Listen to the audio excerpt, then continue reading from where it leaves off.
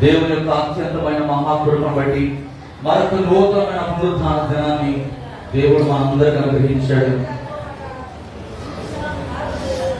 అందును బట్టి దేవాది దేవునికి మహిమ కలుగును గాక. కూడి వచ్చిన మీ అందరికీ కూడా ప్రభువు రక్షకుడు యేసుక్రీస్తు నామములో నా యొక్క హృదయపూర్వక వందనాలు తెలియజేస్తాను. అందరికి ప్రైజ్ లో అందరికి వందనాలు. దేవుడు ప్రేమించిన మొబైల్ ఫోన్స్ అన్నింటినీ కూడా సైలెంట్ గా పెట్టవలసిందిగా ప్రోగ్రామ్. హల్లెలూయా. ఎంతమంది సంతోషంగా ఉన్నారు? Are you happy? ఎంతమంది టీవీ చేసి వచ్చారు? టీవీ తీశారు, రైట్. హల్లెలూయా. మంచిది. త్వరగా దేవుని వాక్యాన్ని ధ్యానం చేసుకున్నాం. హెబ్రీ రాసిన పత్రిక 6వ అధ్యాయము 1-2 వచనాలు. ఏమైందమ్మా సుభద్రమ్మా?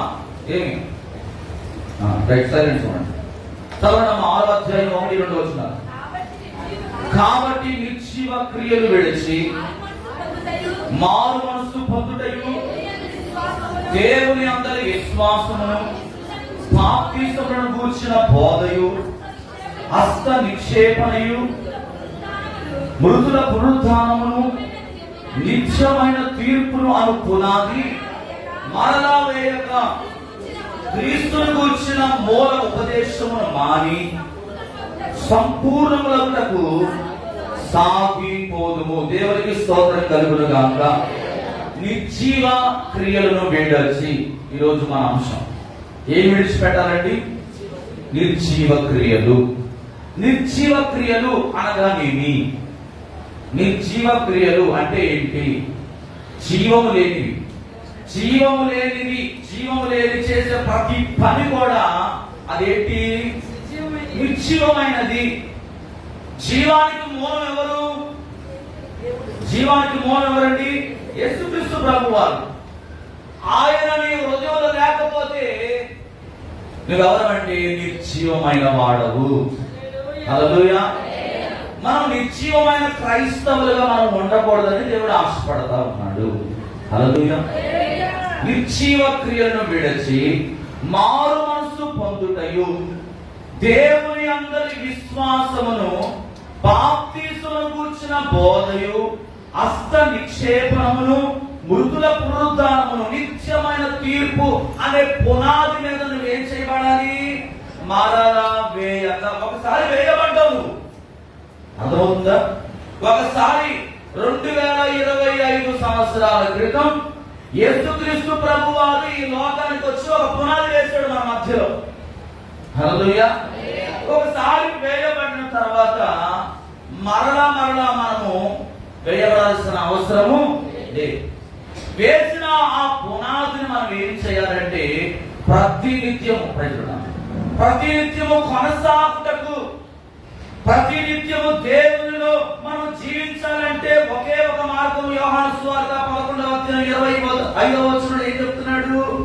అందుకు యేసు పునరుద్ధానమును జీవమును నేనే, నా యందు విశ్వాసం ఉంచువాడు. దేవునికి స్తోత్రం కలుగును గాక. హల్లెలూయా. ఈరోజు చాలా మంది ప్రియమైన వాళ్ళారా, క్రీస్తు లేని పనులు, క్రీస్తు లేని జీవితాలు, క్రీస్తు లేకుండా ఏవేవో చేస్తా ఉన్నారు, ఏదో సాధించాను అనుకుంటున్నారు. కానీ యేసు క్రీస్తు లేకపోతే నీవు సున్నా. హల్లెలూయా.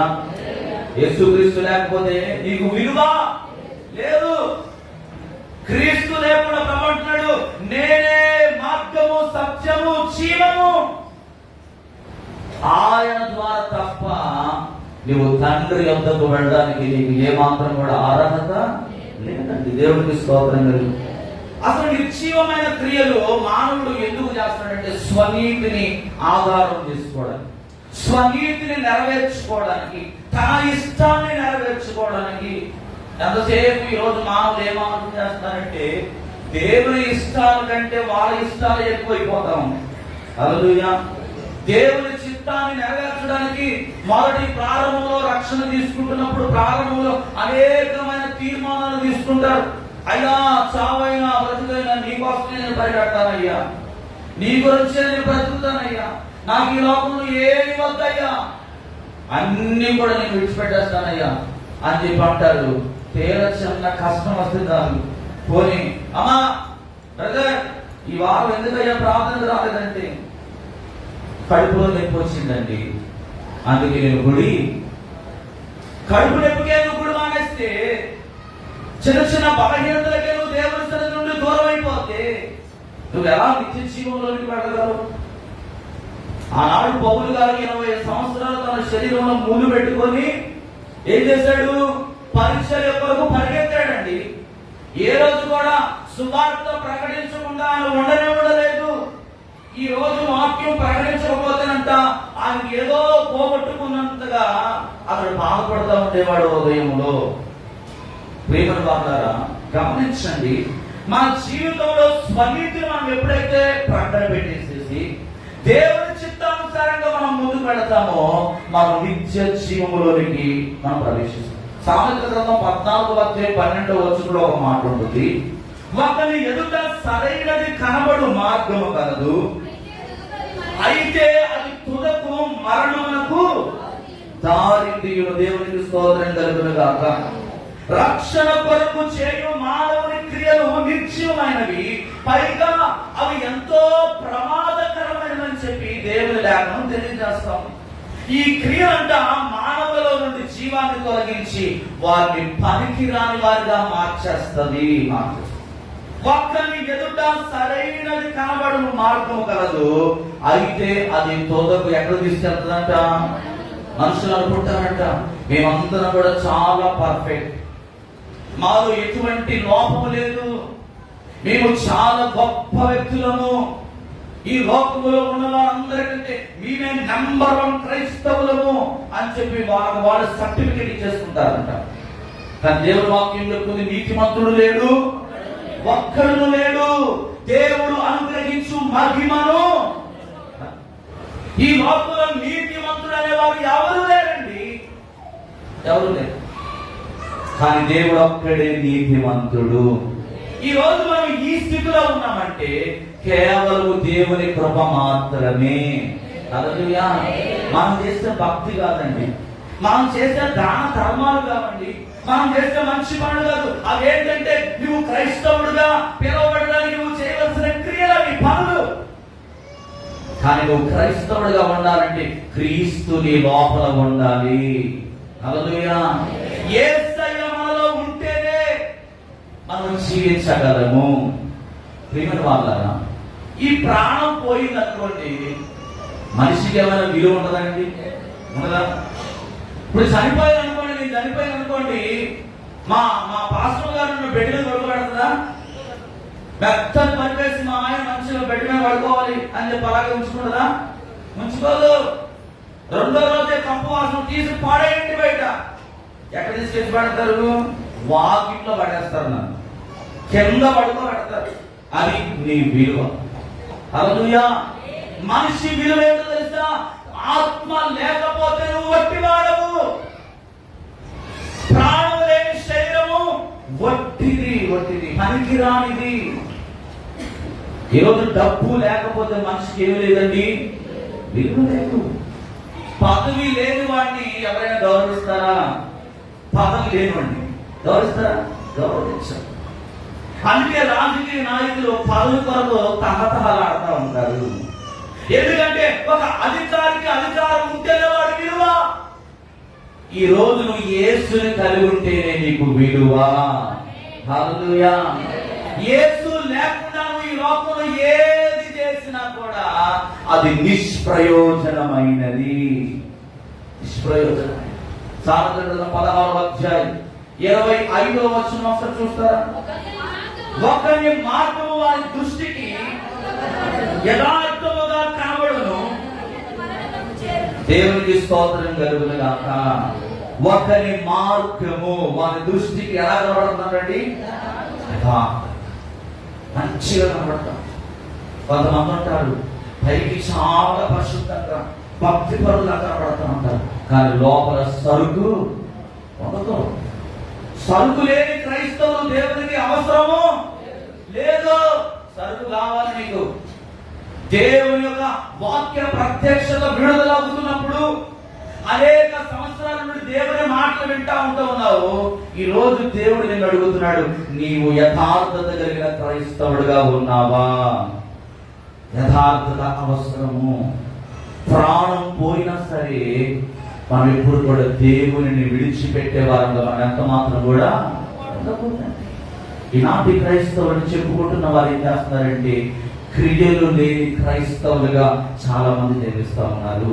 యాకోబు రాసిన పత్రికలో మొట్టమొదటిది ఏంటంటే నిర్జీవమైన విశ్వాసం. రాసుకోండి, నిర్జీవమైన విశ్వాసం. యాకోబు పత్రిక 2వ అధ్యాయము 26వ వచనం. యాకోబు పత్రిక 2:26. ప్రాణము లేని శరీరం ఎలాగూ మృగము, అలాగే క్రియలు లేని విశ్వాసము కూడా. ఆత్మ లేని శరీరం ఏ విధంగా అయితే నిష్ప్రయోజనంగా ఉంటుందో, పనికిరానిదో, అదే విధంగా క్రియలు లేని విశ్వాసం కూడా దేవుడు ఏం చెప్తున్నాడు? నిర్జీవమైనది. నిర్జీవమైనది. మారు మనసుకు తగిన క్రియలు మనలో ఉండాలి. దేని విధంగా? మారు మనసుకు తగిన క్రియలు మనలో ఉండాలి. మనలో ఉండాలి. విశ్వాసం లేకుండా నువ్వు క్రైస్తవుడవు అని పిలవడం అనేది ప్రయోజనము లేనిది. ఎందుకు నిర్జీవమైన వ్యక్తులుగా ఉంటున్నారంటే, ఈరోజు చాలా మంది విశ్వాసులు మనం చెప్పుకుంటున్నారు, కానీ పిల్లికి బెచ్చం కూడా పెట్టారు. అడుక్కునేవాడు అలాగా పోతున్నాడు. చిప్ప వద్దులే, నేను మొహం చూస్తుంది పరపో అని చేస్తున్నాను అంటే క్రైస్తవుడైనా. క్రీస్తు లేకుండా ఈరోజు చాలా మంది చేస్తున్నారంటే క్రైస్తవ సంఘ కార్యక్రమాల్లో అనేక మంది ఏమవట్లేదు, పాలు పంపులు పొందట్లేదు. దేవుడి సన్నిధిలో జరిగే ప్రతి కార్యక్రమానికి ఒక విశ్వాసిగా నీవు ఎల్లప్పుడూ కూడా అందుబాటులో ఉండేవాడుగా ఉండాలి. ఏ దేవుని కంటే ఈ లోకంలో నీకేమైనా ఎక్కువ ఉందా? ఏదైనా ఇంపార్టెంటా? కాదు కదా. దేవుని కంటే ఇంపార్టెంట్ అయినది ఏది కూడా మన జీవితంలో ఉండకూడదు. ఒకవేళ ఉంటే దేవుడు ఏం చేస్తానని చెప్పాడు, దాన్ని నీ జీవితంలో ఎప్పుడు కూడా మీ గుండె మీద చేయి వేసుకొని, పోయిన వారం ఎంతమంది ఆన్లైన్ ప్రేయర్కి వచ్చారో, పోయిన నెలలో శుక్రవారం జరిగిన ప్రార్థనకి ఎంతమంది వచ్చారో మీ గుండె మీద చేయి వేసుకొని ఒకసారి పరిశీలన చేసుకోండి. నువ్వు నిజంగా క్రైస్తవుడేనా? దేవుడు నీలో ఉన్నాడా? దేవుడు అంటే నీకు భయం ఉందా? ప్రియమైన సహోదరి సహోదరుడా, ఈరోజు నేను ప్రశ్నిస్తున్నా. నువ్వు నిజంగా దేవుని కుమార్తెవైతే సంఘ కార్యక్రమాలు నువ్వు పాలు పంపులు పొందుకునేవాడుగా ఉండాలి. దేవుని సేవకులకు, దైవ జనులకు నీవు నీ సహకారం అందించే వ్యక్తులుగా ఉండాలి. ఈరోజు దైవ జనులకు సహకారాన్ని అందించలేని వ్యక్తులు చాలా మంది లోకంలో ఉంటా ఉన్నారు. వారు విశ్వాసులా? కాదండి, వారు విశ్వాసులు అని అనుకుంటున్నారు, కానీ క్రియలు వారిలో లేవు. మీకు ఒక చిన్న ఉదాహరణ చెప్తాను. చక్కయ్య విశ్వాసిగా మారక ముందు నేడు నీ ఇంటికి రక్షణ వచ్చి ఉన్నదని ప్రభు పలికాడా? ఎంతమంది చెప్తారు? రక్షణ రాకముందు, విశ్వాసిగా మారక ముందు నేడు నీ ఇంటికి రక్షణ వచ్చి ఉన్నదని యేసుక్రీస్తు చెప్పాడా? చక్కగా యేసుక్రీస్తుని ఇంటికి తీసుకువెళ్ళిన తర్వాత తన హృదయంలో ఉన్న పాపం అంతా కూడా దేవుని దగ్గర ఒప్పుకొని పశ్చాత్తాపడి ఏమంటున్నాడు తెలుసా? ఇదిగో నేను అనేకమైన ఘోరమైన పాపాలు చేశాను, నేను అన్యాయంగా సంపాదించాను, నా ఆస్తిలో సగభాగమును నేను పేదలకు ఇచ్చుచున్నాను, నేను ఎవరి యొద్దైనను అన్యాయముగా దేనినైనా తీసుకొని ఎడలా అతనికి ఎంత ఇస్తానని చెప్పాడు? 4 వంతులు మరలా చెల్లించునని చెప్పినప్పుడు ప్రభు ఏమన్నాడు తెలుసా? నేడు నీ ఇంటికి రక్షణ వచ్చిందని పలికాడు. హల్లెలూయా. విశ్వాసిగా మారకముందు దేవుడు నీకు రక్షణ వచ్చిందని చెప్పలేదండి. ఈరోజు నువ్వు మారాలి. నీలో ఉన్న పాపాన్ని నువ్వు దేవుని దగ్గర ఒప్పుకుని విడిచిపెట్టినప్పుడే ఆయన కనికరాన్ని నీవు పొందుకోగలవు. ప్రాణము లేని శరీరం అంట ఏమంటున్నాడండి? మృతము, మృతతుల్యం. యాకోబు 2:14 కూడా చదువుదాం. నా సహోదరులారా, క్రియలు లేనప్పుడు ఎవడైనా తనకు విశ్వాసము కలగని చెప్పిన ఎడల ఏమి ప్రయోజనము? అట్టి విశ్వాసం అతనిని, అది క్వశ్చన్ మార్క్. క్రియలు లేకుండా నీలో అసలు కనీసం రవ్వంతైన మంచిదనమే కనబడడం లేదు అనుకుంటా. ఉదాహరణకి నువ్వు ఎలా విశ్వాసం అవుతావు? దేవుడు అంతా చెప్తున్నాడండి, నా సహోదరులారా, క్రియలు లేనప్పుడు ఎవడైనా తనకు విశ్వాసము కలదని చెప్పిన ఎడల ఏమీ. ఈరోజు చక్కయ్యలోని జీవము కలిగిన విశ్వాసము అతని చేత క్రియలు చేయించగలిగింది. జీవము లేకుండా నువ్వు ఎన్ని పనులు చేసినా కూడా అవి లెక్కలోనికి రావు. రెండవ మాట చెప్తాను, నిర్జీవమైన నులివెచ్చని స్థితి. ఇది ఎవరి గురించి మాట్లాడాడు చెప్పండి? ఏ సంఘం గురించి మాట్లాడుతున్నాడు? లవోదికీయ సంఘము గురించి దేవుడు మాట్లాడుతున్నాడు. ప్రకటన గ్రంథము అర్థమవుతుందా? అర్థమవుతుందా? అవును, ఎంతమందికి అర్థమవుతుంది? స్తోత్రం చెప్పండి బిగ్గరగా. హల్లెలూయా. ప్రకటన గ్రంథము 3వ అధ్యాయము 15-16 వచనాలు ఒకసారి చదువుదాం. నీవు చల్లగానైనను వెచ్చగానైనను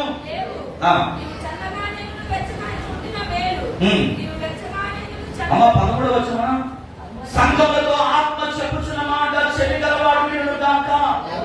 లవోదికీయలో ఉన్న సంఘపు దూత ఇలా వ్రాయును, నమ్మకమైన సత్య సాక్షియు దేవుని దృష్టికి ఆదియుడైన వాడు చెప్పు సంగతులు ఏమనగా, నీ క్రియలు నేను ఎరుగుదును.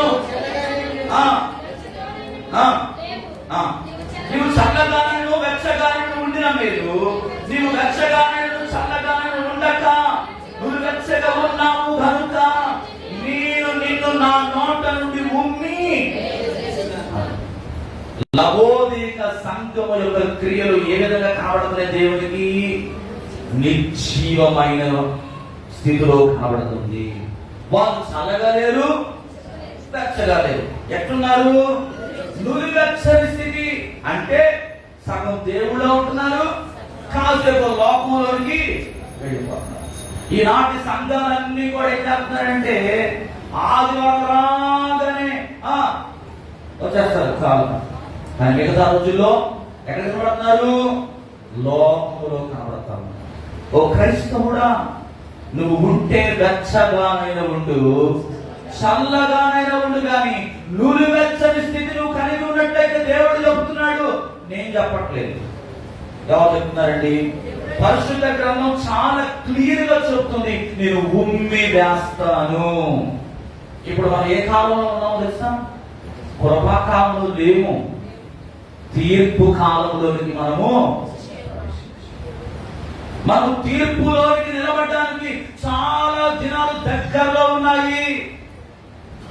ఇంకా సమయం ఉందిలే, వచ్చే వారం చూస్తాంలే, వచ్చే సంవత్సరం నేను చూస్తానులే, ఆపై వచ్చే సంవత్సరం చూద్దాంలే అని చెప్పి రక్షణ కొరకు ఒకవేళ నిర్లక్ష్యం చేస్తున్న నా ప్రియమైన యవనస్తులాగా గమనించండి, దేవుడు అతి త్వరలో రాబోతా ఉన్నాడు. వాని క్రియలు చొప్పున తండ్రి అయిన దేవుడి దగ్గర నీ కొరకు జీవితము సిద్ధపరచబడి ఉన్నది. ఆయన మనందరిని కూడా ఎక్కడ వేయబోతున్నాడు అంటే త్రాసులో వేయబోతున్నాడు. ఆయన త్రాసులో వేయబోతున్నప్పుడు నువ్వు తూయబడుతున్నావా? ఎటువైపు నువ్వు మగ్గుతున్నావు? ఒకసారి ఆలోచించు. నిర్జీవమైన క్రియమంట. 81వ కీర్తన 11వ వచనం నుండి 13వ వచనం చదివితే 81వ కీర్తన 11 నుండి 13వ వచనం వరకు. ఇశ్రాయేలు కాబట్టి వారు తమ స్వకీయ ఆలోచన బట్టి నడుచుకున్నట్టు వారి హృదయ కాఠిన్యములకు నేను వారిని అప్పగించి, అయ్యో నా ప్రజలు నా మాట వినిన ఎడల, ఇశ్రాయేలు నా మార్గమును అనుసరించిన ఎడల, కొన్ని కొన్నిసార్లు ఎందుకని నీ జీవితంలో శ్రమలు అనుమతించబడదంటే దేవుడే నేను శ్రమలకు అప్పగించేసి ఉన్నాడు. ఎందుకంటే చెప్పాడు ఆయన ఎన్నో విషయాలు, మంచితనంగా చెప్పాడు, బొజ్జగించి చెప్పాడు, లాలించి చెప్పాడు, స్నేహితులాగా అనేక రకాలుగా నీకు అనేక విషయాలు చెప్పి చూశాడు ఆయన. కానీ నీలో ఏం రావట్లేదు, మార్పు రావట్లేదు. నీలో ఏం రావట్లేదు అంటే మారు మనసు తగిన ఫలము ఫలించలేని స్థితిలో నువ్వు కనబడుతున్నావు. ఇక్కడ అదే చెబుతున్నాడు కదా, ఏం చెప్తున్నాడు? వారు తమ స్వకీయ ఆలోచన బట్టి నడుచుకున్నట్లు వారు హృదయ కాఠిన్యములకు నేను వారిని. కానీ దేవుడు వాళ్ళకు అవకాశం ఇస్తాడు. ఎందుకంటే మన దేవుడు మన పేరేంటి? ఆయన ప్రేమ కలిగిన. ఎందుకంటే ఇక్కడున్న వారు ఎవ్వరు కూడా నశించుకోవడం ఆయన చిత్తము కాదండి. నీవు ఆయన నుండి దూరం అయిపోవడం ఆయన చిత్తం కాదు. ఈరోజు నీకు అర్థమవుతుందా? నీ కొరకు అనేక మంది సంఘంలో కన్నీరు కాలుస్తూ ఉన్నారు. ఎందుకు ఒక మనిషి కొరకు ఒక వ్యక్తి అంతగా రోధించాల్సిన అవసరం? ఎందుకు నువ్వు నష్టపోతూ ఉంటుంటే, నువ్వు మార్గం విడిచిపెట్టి వెళ్ళిపోతూ ఉంటుంటే, ఈ రోజు నీ సంఘం నీ కొరకు ఎంతగానో కన్నీరు కాలుస్తుంది. నా ప్రియమైన సహోదరుడు సహోదరి, ఆలోచన చేస్తున్నావా? ఆయన ప్రేమ కలిగిన దేవుడు. అందుకన్నాడు, మీరు నా మాట వినడలా ఓ ఇశ్రాయేలు, నీవు నా మార్గమును అనుసరించినడలా ఎంత మేలు అని అంటున్నాడు. ఈరోజు ఆ మేలుకరమైన జీవితం నీ ముందు దేవుడు పెట్టాడు. అది నువ్వు అనుభవించాలంటే మొట్టమొదటిగా నీలో ఉన్న నిర్జీవమైన ఆ నుడిగచ్చని స్థితిని నువ్వేం చేయాలి? తీసివేసుకోవాలి. సామెతల గ్రంథం 23వ అధ్యాయం 26వ వచనం కూడా త్వరగా చదువుకుందాం. నా కుమారుడా, నీ హృదయం నాకిమ్ము,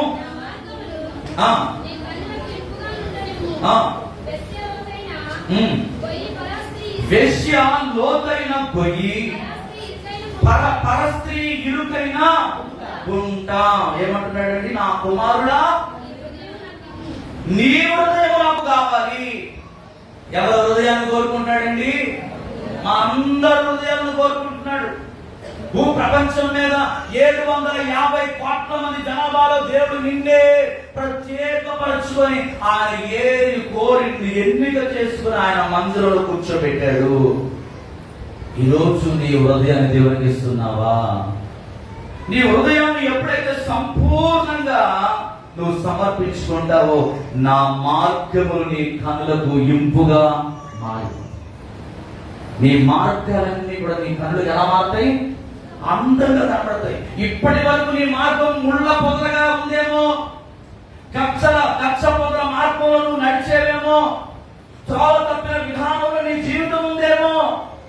అయితే నీ హృదయానికి తగిన గాయాలన్నీ కూడా, నీ కాళ్ళలో గుచ్చుకున్న ఆ ముళ్ళన్నీ కూడా తీసివేసేవాడు ఎవరంటే మా ప్రభు. నీ హృదయంలో ఉన్న వ్యాధనంతా కూడా ఆయన తొలగించి నీకు నిత్యానందము, నీ కనులకు ఇంపైన మార్గముల గుండా ఆయన నేను నడిపించాలని ఆశపడుతున్నాను. రెండవది ఏంటంటే నిర్జీవమైన కానుక. చాలా మంది లోకంలో, కొంతమందిలో ఉన్న లక్షణం ఏంటంటే ఇష్టం లేకుండా సనుక్కుంటూ ఏం చేస్తారండి? కానుకలు ఇస్తూ ఉంటారు. ఏం చేస్తున్నారండి? ఇష్టం లేని కానుక. అటువంటి కానుకంట నిర్జీవమైనది. సంతోషముగా ఇచ్చువాడు దేవుని యొక్క ఆశీర్వాదాన్ని పొందుకుంటాడు. 2వ కొరింథీ 9వ అధ్యాయం 7వ వచనం అంటాడు, సనుగు కాకయు బలవంతముగా కాకయు ప్రతి వాడు తన హృదయంలో నిశ్చయించుకున్న ప్రకారము ఇయ్యవలెను, దేవుడు ఉత్సాహముగా ఇచ్చు వానిని ఏం చేస్తాడంట? ఈ రోజు నువ్వు దేవుడికి ఇచ్చే విషయంలో కూడా నీ హృదయం ఏ విధంగా ఉంది అని దేవుడికి జ్ఞాపకం చేస్తున్నాడు. ఆనందముగా ఇచ్చేవాడంట దేవుడు ప్రేమిస్తానంటున్నాడు. ప్రతి ఒక్కరు కూడా నీవు నిశ్చయించుకున్న కానుక. కొంతమంది ఉత్సాహంగా ఉన్నప్పుడు ఏం చేస్తారంటే వాగ్దానాలు చేసేస్తారు. అయ్యా నీ సన్నిధిలో నేను అదిస్తానయ్యా, నేను ఎదుగుతానయ్యా, అచ్చేస్తానయ్యా, నీ కోసం ఇచ్చేస్తానయ్యా అని చెప్పేసి ఏం చేస్తారంటే ఆనందంలో ఏవేవో వాగ్దానాలు చేసేస్తారు. కానీ ఏం చేస్తారు? నెరవేరుస్తారా? అది చాలా ప్రమాదకరమైంది. ఈ రోజు దేవుడు జ్ఞాపకం చేస్తున్నాడు, నీ హృదయంలో నువ్వు నిశ్చయించుకున్న కానుక ఏదైతే ఉందో దాన్ని దేవుడికి ఇచ్చినప్పుడు దేవుడు ఏం చేస్తాడు తెలుసా? ధారాళంగా తన గుడ్బిడ్డని. ఈరోజు 25 సంవత్సరాలు 30 సంవత్సరాలు యేసు ప్రభువు నమ్ముకొని చాలా మంది ఎందుకయ్యా అక్కడే ఆగిపోతున్నారంటే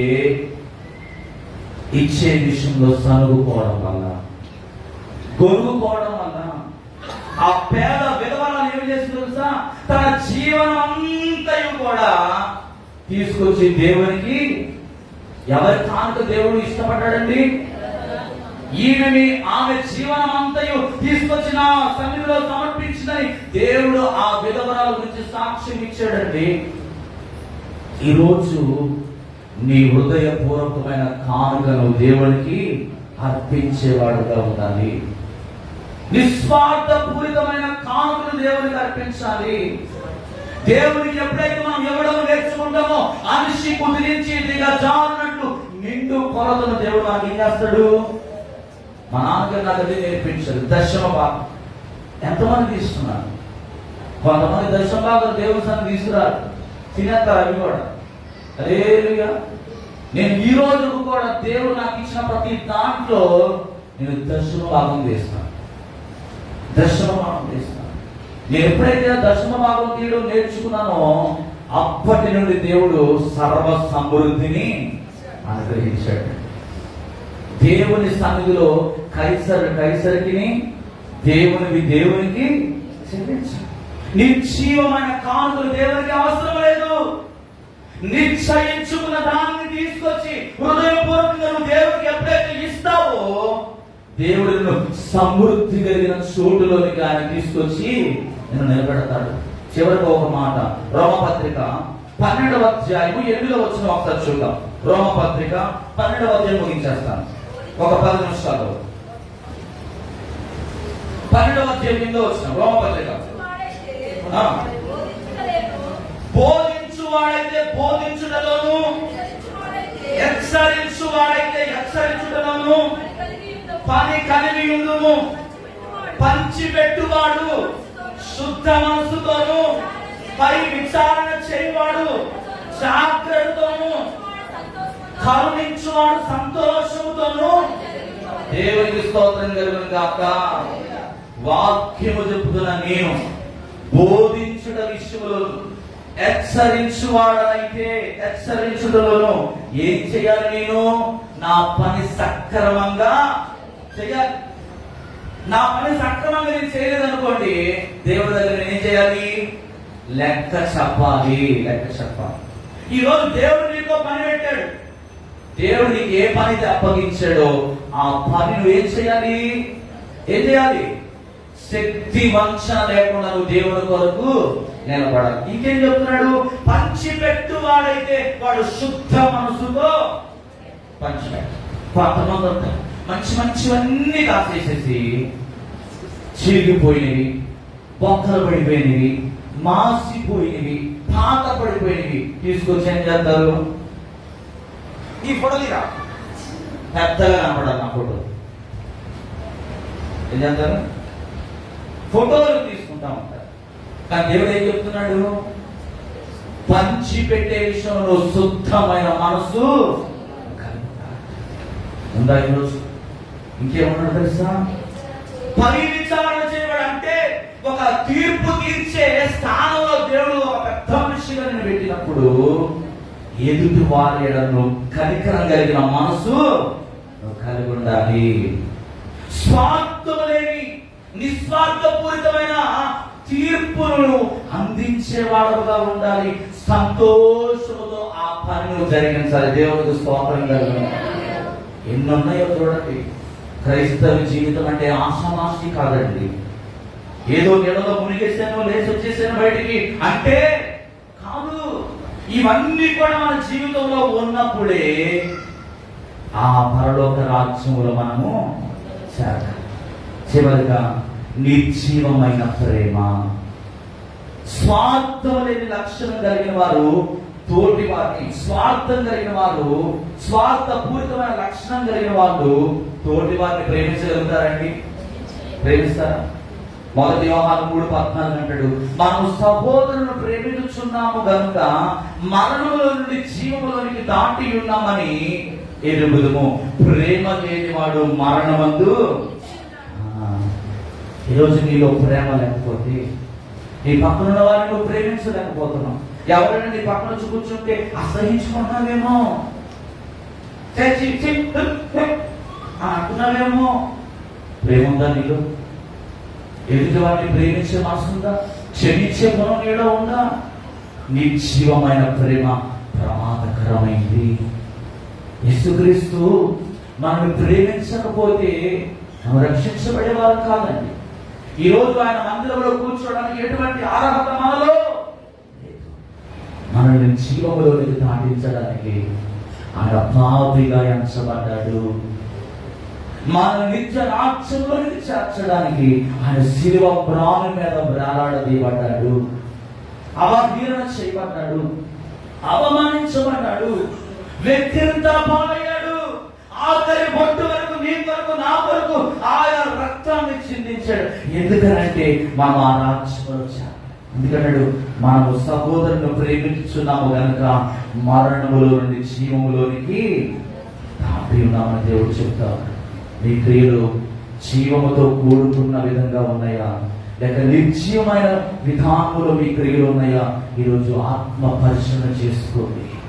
ప్రభు శరీరములోనికి మనం వెళ్ళబోతున్నాం, ఆయన రక్తంలో చేయబోతున్నాం కనుక ఈరోజు నీ క్రియలు ఎలా ఉన్నాయి?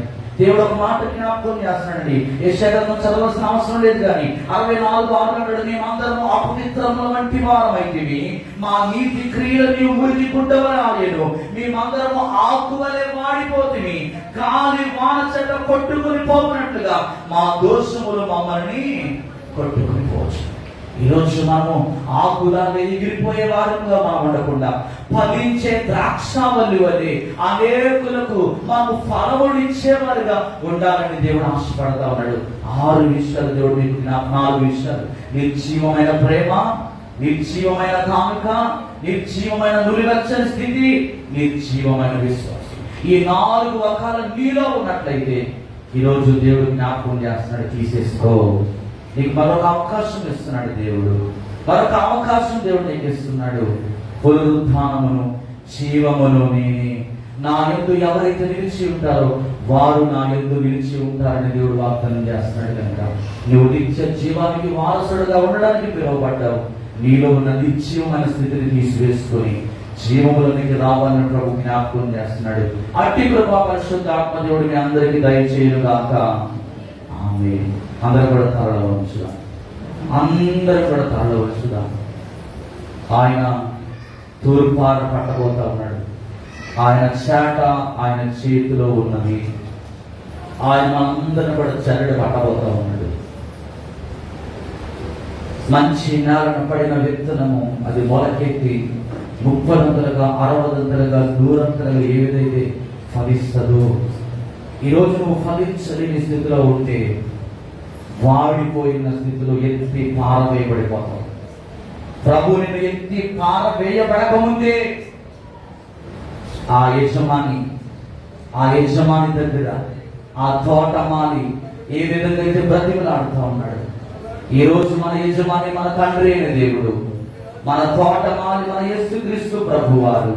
ఆయన బ్రతిమలాడుతున్నాడు, అయ్యా ఇంకా 1 సంవత్సరం అవకాశం దయచేయి, ఇదిగో నేను చుట్టూ లోతుగా పోయి తవ్వుతాను, ఇంకా ఎరువేస్తాను, సమృద్ధిగా నీళ్లు పెడతాను. ఇదిగో ఒక ఫలించలేని స్థితిలో ఉన్నట్లయితే ఇదిగో ఇప్పుడే గొడ్డలి చెట్ల వేరున ఉంచబడి ఉన్నది, నువ్వు అన్నట్టే నరికి అగ్నిలో పారవేస్తానని నా యేసయ్య నీకు ఒక అవకాశం ఇస్తున్నాడు. ఆయన తండ్రి దగ్గర బ్రతుకులు ఆడుకుంటున్నాడు. ఈరోజు నువ్వు కూడా అడుగు, ప్రభువా నాలో నిర్జీవమైన విశ్వాసం ఉందేమో ప్రభా, తీసివేయి నాయన.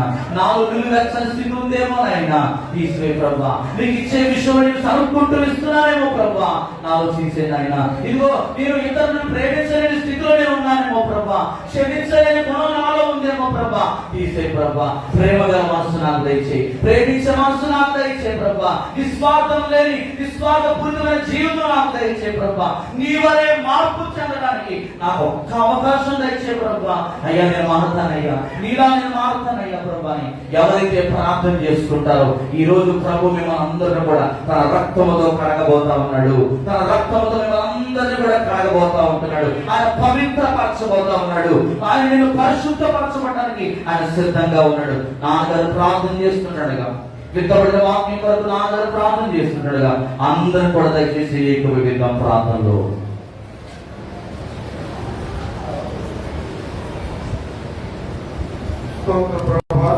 తండ్రి పరిశుద్ధుడా వందనాలయ్యా. నిన్న నేడు ఏకరీతిగా ఉన్న దేవుడా స్తోత్రము ప్రభా, స్తుతి స్తోత్రం తండ్రి. గడిచిన వారం నుంచి గడిచిన నెల నుంచి ప్రభా నీ లెక్కలను భద్రపరచుకున్న ప్రభా మమ్మల్ని సంజీవులుగా ఉంచి ప్రభా నాన్న నీ సన్నిధిలో ప్రవేశపెట్టినందుకు వందనాలు స్తోత్రాలు తండ్రి. స్తోత్రాలు ప్రభా.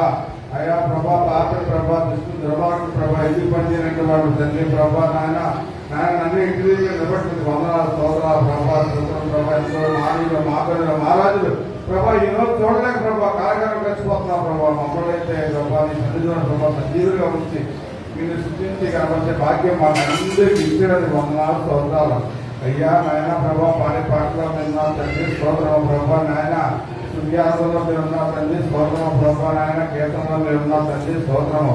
అలాగే పాటలు పాడి పెట్టిన ప్రభావం జీవించండి. ఇంకా ప్రభా నూతన ప్రభా నూతనమైన పాటలు పాడే భాగ్యం ఆ బిడ్డ దయచేయండి. మంచి జ్ఞానం దయచేయండి, వివేకం దయచేయండి ప్రభా. వాయిద్య బిడ్డ కూడా జీవించండి, ఆస్వాదించండి ప్రభా. స్తోత్రము ప్రభా. నాయన ప్రభా నాయన ఎంతమంది ప్రభా నాయన దాసు ద్వారా ప్రభా నాయన మంచి వర్తమానం అందించారు అయ్యా ప్రభా. నాయన దాసులకు ప్రభా జీవించండి, ఆ పిల్లలు జీవించండి ప్రభా.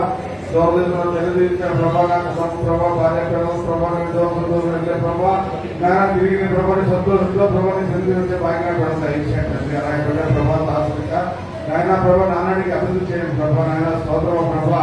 అలాగే ప్రభా నాయన ప్రభా నాయన నిర్వచన స్థితిలో ఉండకుండా ప్రభా నాయన ప్రభా నాయన మంచి ప్రభా నాయన ప్రభా నీకు కానీ అడిగా దొరకకుండా ప్రభా నాయన నీలో ప్రభా ముందు విభాగం బిడ్డగా తయారు చేయండి తండ్రి. వందనాల ప్రభా. స్తోత్రము స్వాధీన మనసు దయచేయండి అయ్యా. నాయన ప్రేమించే మనసు దయచేయండి అయ్యా. నాయన నీ బిడ్డలందరికీ ప్రభా ప్రేమించే మనసు దయచేయండి ప్రభా. నాయన వందనాల ప్రభా. నాయన నీ దాసు ద్వారా ప్రభా ఎన్నో వర్తమాన ప్రభావం గ్రహించి ప్రభా ఎవరు వేసుకునే మనసు మాకు అందరికీ దయచేయండి తండ్రి. స్తోత్రము ప్రభా. అలాగే ప్రభా నీ తండ్రి ప్రభా ఎంతమంది బిడ్డలు వచ్చి ఉన్నారో తెలుసు ప్రభా. ఆ బిడ్డల ప్రభా ఏ ఆపదలతో వచ్చారో, ఏ అక్కడలో వచ్చారో, ఏ రోగాలతో వచ్చారో, మన అశాంతితో వచ్చారు ప్రభా. నాయన నువ్వే శాంతి కలదీనైనా, నువ్వే రోగాల నుండి పుట్టాడు ప్రభా. నువ్వే నాయన ప్రభా భద్రపరచండి అయ్యా. నాయన నువ్వు లేకపోతే ఏమి వ్యర్థం తండ్రి. అలాగే ప్రభా నీ ప్రభా నాయన నీ క్రైస్తవ దేవుగొప్ప ప్రార్థన మంది పెట్టిన ప్రభా చాలా మంది ప్రభా రోగులు ఉన్నారు తండ్రి. నాయన ప్రభా నేను అడిగే వారికి ప్రభా ఊహించే వారికంటే ఎక్కువగా ప్రభా నేను జీవిస్తాను ప్రభా. అట్లా ప్రభా బిడ్డలందరికీ ప్రభా ఆ రోగాలు తీర్చినైనా మీరే స్వస్థపరచండి ప్రభా. ఆయన వందనాలు తండ్రి స్తోత్రాలు. నాయన ప్రతి బిడ్డని ప్రభా దీవించి ఆస్వాదించండి ప్రభా. అలాగే నాయన ప్రభా మా ముందు ప్రభా నీ రక్తము నీ మాంసము ప్రభా మా కొరకు శివులో బలి ప్రభా మా కొరకు ప్రభా ప్రాణత్యాగం చేసి దేవుడా ప్రభా నాయన మా కొరకు ప్రభా నీ రక్తం దాచించున్నా ప్రభా నీ మాంసాన్ని దాచించున్నా. ఎక్కడైనా ప్రభా మా పాపాలు ప్రభా వదిలిపెట్టి ప్రభా నాయన ఎక్కడైనా ప్రభా నీ పవిత్రమైన రక్తం కోసం కడిగి ప్రభా నీ పవిత్రమైన మాంసం ధరించుకొని మీరే ముందు సాగే ప్రభావ మమ్మల్ని దయచేయండి ప్రభావ. మమ్మల్ని ప్రభా నాయన ప్రభా పరలోకంలో ప్రభా తీర్పు కాదు ప్రభా ఇక్కడే మాకు తీర్పు ప్రభా. నేను ఆ తీర్పు నుండి మా బయటపడే భాగ్యం మీద దయచేయండి తండ్రి ప్రభా. నేను రాక త్వరలో రానే ఉన్నా తండ్రి వందనాలు. నేను ఎక్కడ చూసినా భూకంపాలు, ఎక్కడ చూసినా గొడవలు, ఎక్కడ ఏ దేశం చూసినా ప్రభా అల్లరులే ప్రభా. నాయన ఎక్కడైనా ప్రభా మీరు మానమర్చుకోండి ప్రభా. నాయన నీలో ప్రభా నేను భద్రపరుచుకునే భాగ్యం మాకు దయచేయండి ప్రభా. నిన్ను సృష్టించే భాగ్యం మాకు అందరూ దయచేయండి అయ్యా. ఆయన ఎంతో తెలియదు ప్రభా ఏదైనా పాపాలు తీసుకున్న ప్రభా మమ్మల్ని శ్రమించాలి తండ్రి. నాయన నీ బలంలో చేస్తే ప్రభా నీ రక్తంలో మాకు చేపెట్టుకునిగా ప్రభా మమ్మల్ని ప్రభా ఏ అనాలోచన తీసుకొని ఇక్కడ ప్రభా మానవుల తప్పులను క్షమించి నీ బలం ప్రవేశించి భాగ్యం తెచ్చాడు ప్రభా. అలాగే ప్రభా నాయన ఎంతమంది తెలుగులో ప్రభా ఏ అవసరాలతో వచ్చారో అవసరం తీర్చాడు ప్రభా. అలాగే ప్రభా ఇంకా ఇప్పుడు రామాయణ ప్రభా నైనా నీ రాక ఆశీర్వదించే ప్రభా నాయన మరి కలుసుకొని నేను స్తుతించి కనపరిచి భాగ్యం మాకు అందరూ దయచేయండి అయ్యా. అలాగే దూరదర్శనంలో ప్రభా నా బిడ్డలు తండ్రి ప్రభా శాంతి శాంతి సురేష్ బాబు జాన్ బాబు ప్రభా గవర్నమెంట్ ప్రభావం చదువుకుంటుండగా ఆ బిడ్డ రాకపోకలోని ప్రభావాన్ని చదువులో ప్రభావం అలాగే ప్రభా ప్రదీప్ ప్రభా నువ్వు హాస్పిటల్ ఇచ్చావు తండ్రి నాయన ఢిల్లీ హాస్పిటల్ ఇచ్చావయ్యా ఆ బిడ్డ ప్రభా నాయన రాజమండ్రి ఎక్కడో రావో తెలుసు ప్రభా నీ చిత్తానుభవంగా ప్రభా ఆ బిడ్డ నడుచుకునే భాగ్యం దయచేయండి నేను రాకపోకలో మీరు తోడున్నాడయ్యా ఆ కుటుంబాన్ని భార్య అని ప్రభావ దీవించండి ప్రభావ హాస్పిటల్ పనిచేసి పని వాళ్ళందరినీ దీవించండి ప్రభా ఏకమంతో ఏకం దయించండి అలాగే ప్రభా ఎంతమంది రోగులు వస్తున్నారు ప్రభా రోగులు ప్రభా నాయన స్వస్థపరిచి ప్రభా నాయన మీరే ప్రభా ప్రదీప్ కాదు ప్రభా మీరే బాగు చేసి పంపించండి వదనాలు అలాగే నాయన ప్రభా మా సంఘ ఎవరు బిడ్డలందరినీ ప్రభా మీరు అక్కడ వరకు ప్రయాసంగా వెళ్తున్న ప్రభా నేను జాగ్రత్త ప్రభా ఎత్తబడి సంఘంగా తయారు చేయండి ప్రభా ఎక్కడైనా ప్రభా మా మనసు తీసి మా ప్రభా నాయన మా పాత స్వభావం తీసి ప్రభా మీలో ప్రభా ప్రేమ స్వభావం దయచేది ప్రభా అల్పునైన ప్రభా అలాగే కూడా ప్రభా నా ప్రసన్న ప్రభా నాయన మంచి జ్ఞానం దయచేది తండ్రి నాయన ప్రభా మేము పెరుగుతున్న కన్నా గారి మేము నమ్మకం ప్రార్థన ప్రభా నాయన మీరే పెట్టి ప్రభా మంచి జ్ఞానం దయచేది మంచి బుద్ధి దయచేది ప్రభా మీలో ప్రభా నేను ముందు సాగే పెట్టుగా ప్రభా ఇచ్చి భార్యని పెట్టింది ప్రభా మీరే ముందు నడిపించాలి తండ్రి ఎక్కడైనా మనం మనసు మార్చుకున్న ప్రభా మీ శరీరంలో ఎల్లప్పుడూ జీవించే పెట్టుగా తయారు చేయండి ప్రభా నాయన పెద్దవాడైపోయిన ప్రభా నేను ఎవరైనా తండ్రి నీ చిత్రంతో నడిపించిన మీరే ప్రభా నాయన ఆ బిడ్డకి ప్రభా జ్ఞానం వివేకం దయచేయండి అలాగే వచ్చిన బిడ్డ ప్రభా నేను ప్రతి బిడ్డన ప్రభా పేరు జీవించి ఆశ్రదిస్తున్నాను నేను అర్పణైన పాపైన ప్రభా నా పాప నుండి నా పరలోకం చేర్చుకోమని సమాధానం తెచ్చుకుని యేసునామమున అడుగుతున్నాను తండ్రి ఆమేన్. అదేవిధంగా ప్రార్థనలో ఉందామండి. బాప్తిస్మం తీసుకున్న వారందరూ కూడా ముందు వరుసలో ఉండండి.